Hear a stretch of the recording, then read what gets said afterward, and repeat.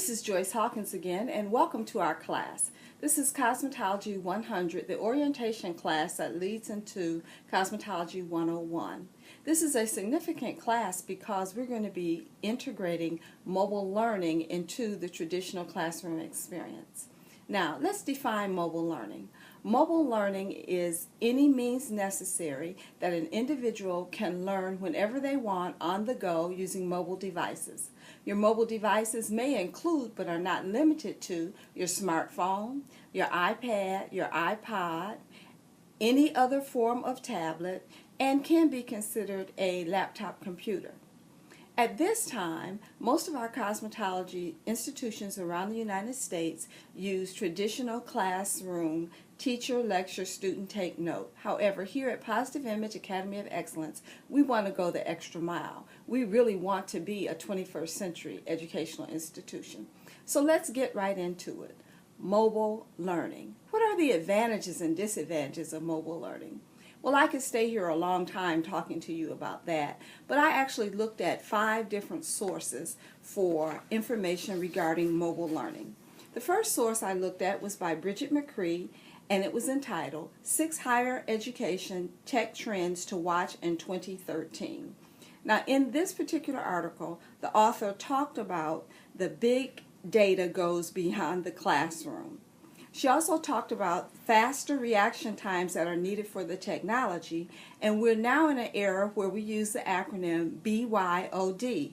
I bet you're wondering what that is. I'm sure you have the first 2 letters, BY for bring your, and the OD is on device. So we're moving into an era where a student may not need to have a laptop if they have a smartphone that they can access all the software on and all the various applications. The other thing is that the devices are gaining ground. Every day, new manufacturers are making new smart devices that are getting smarter and faster. Where we were real excited about the laptop computer several years ago, in many environments, the laptop computer is absolute and everyone's using tablets. How many of you have been to your physician and they take all their notes on a tablet? Also, we will find that in 2013, schools will be developing applications. So when you go to the App Store, you'll go to the App Store and you will download an app specifically from your school. The second author that I reviewed was again Bridget McCree, and this time her article was entitled Rethinking the Community College Classroom Experience. Now this was significant to me because Positive Image Academy of Excellence, because of the nature and the structure of our courses, we are considered a proprietary college, more like a proprietary community college.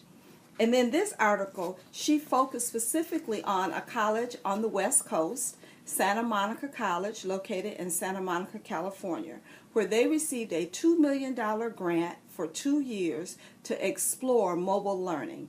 They built a state-of-the-art laboratory that Native American and Asian American students was the specific special population that was targeted, and they go in and use this lab to work on all of their class assignments with supporting instructional staff to assist them.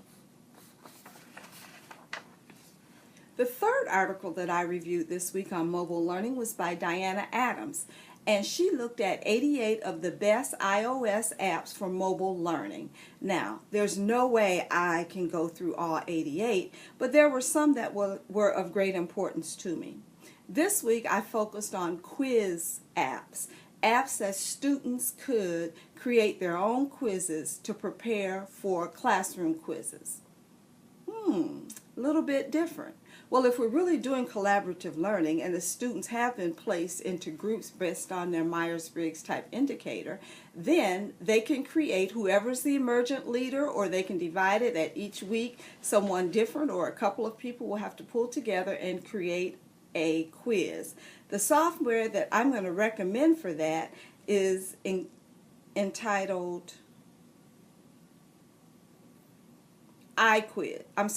quizmeonline.net. It's a simple app load. It's simple to go in and set up your class, set up your questions, put your answers in there, and then to take the quiz. I'm sure my students will enjoy using quizmeonline.net. The fourth article that I'm reporting on this week as I look at mobile learning was by Tiso Sonali. And this article was specifically entitled The Advantages and Disadvantages of Technology on Student Learning. Now, I approached this article with an open mind. However, it was very quick for me to determine that the author overall does not seem to be in favor of mobile learning. However, he did talk about some unique disadvantages. I know that I'm speaking to a college population, but some of the concerns that he voiced can be situations for adult learners as well as K-12 learners. The first thing this author talked about was the fact that mobile learning exposes the learner to a significant amount of information. Some information that they, for a host of reasons, may not be able to grasp it and handle what they see and or hear, which is one of the unique things about mobile learning. It's not just reading words. You have the written word, you have visual, and you have auditory. So it appeals to three of the senses. And specifically, this author was concerned about the exposure that any individual might have to pornographic websites. We think of adults being able to handle it, but it depends on the adult. So that was a significant concern of the author, Mr. Sonali. The other thing they talked about is that overall mobile learning impacts and distracts the learner in the classroom, that they clearly feel the best way to learn is with a live instructor and not with students being able to use mobile devices of any nature in the classroom. And as he concluded his writing, he did, however, come back and say there was one type of mobile learning that he was supportive, and it was mobile devices that students could prepare their presentations on so they could present their presentations using some type of technology. Overall, as I said, it doesn't appear as though this author was really in support of mobile learning. And the fifth article that I reviewed has to do with what happens as an educator when our students graduate. Well, it is our hope that all of our students, once they graduate, will go on to be gainfully employed. As with any educational institutions, we are all charged to make reasonable accommodations for individuals who have disabling conditions. And at Positive Image Academy of Excellence, we also do that. From the place in which we selected for our site is accessible by wheelchair without a ramp entrance. It's ground level. Our entire facility is on one level, and we have enough space that a wheelchair user can move around through the school without any obstructions. So keeping that in mind, and we are an institution that prepares people to work, I then looked at the National Council on Disability Living, Learning, and Earning website. The author of this, there was no specific author, however, it is part of the National United States. It is an agency of the United States. So, of course, they're interested in what happens to the U.S. citizens. And they looked at mobile learning in the first vector of their report. And it was in a category called social networking and tools. And the subsets of social networking and tools were wireless communication platforms and social networking.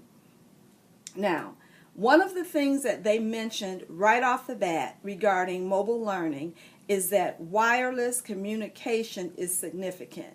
That with the high fees and the high cost sometimes of going wireless, it is sometimes prohibitive for disabled individuals.